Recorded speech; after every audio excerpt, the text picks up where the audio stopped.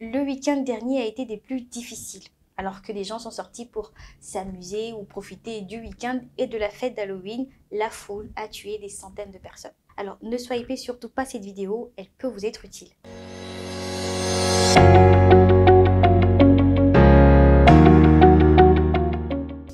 11 personnes sont mortes le samedi 29 octobre dans une bousculade lors du concert du musicien congolais Fally Ipupa. Ça s'est passé dans le plus grand stade de la capitale de la RDC. Il y avait beaucoup trop de monde, le stade était plein comme un œuf. Mais ce drame fait écho au mouvement de foule qui a fait au moins 154 morts le même samedi à Séoul, en Corée du Sud.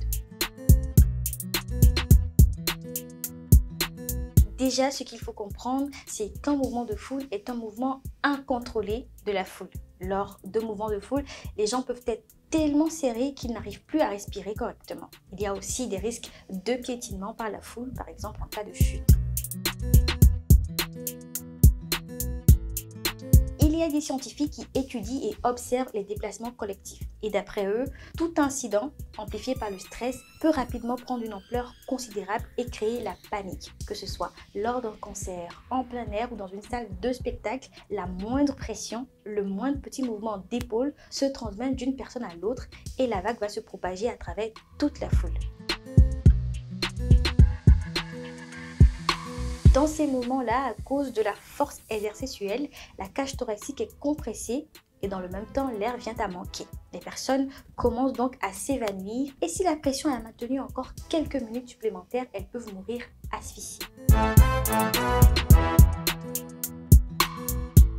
Quand vous vous retrouvez dans un mouvement de foule, il faut ouvrir les yeux. Votre premier objectif sera de sortir de la foule le plus rapidement possible. Donc, regardez autour de vous pour voir s'il est préférable de faire demi-tour ou de continuer à avancer. Ensuite, restez debout parce que s'il est trop tard pour fuir, il va falloir vous adapter. 3.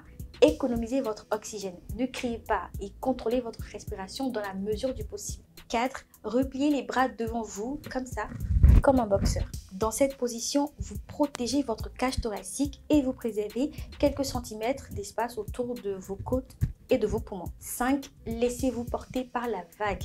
Dans un mouvement de foule, c'est dangereux de résister à la pression en poussant dans la direction opposée. Alors, si vous n'êtes pas près d'un mur, d'un grillage ou de n'importe quel autre objet solide, laissez-vous porter par le flot et tâchez simplement de garder l'équilibre. Alors, une foule solidaire a plus de chances de survie qu'une foule individualiste. Donc, restez humain et bienveillant envers les autres en proposant peut-être votre aide quand vous le pouvez.